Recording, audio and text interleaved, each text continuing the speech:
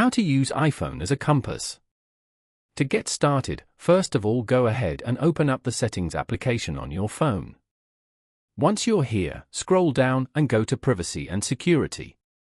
From here, you can control which apps can access your data, location, camera, and microphone, and also manage protections. Tap on Location Services at the top. On this page, scroll down to the end and go to System Services. System services that have requested access to your location will appear here. From here, turn on the compass calibration feature as shown. After that, go back and open up the compass application on your phone.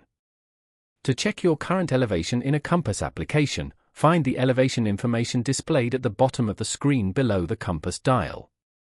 Following these steps, you can easily use iPhone as a compass. Thank you for watching. Please leave a like if this tutorial helped you, or leave a comment below if you have any questions related to the video.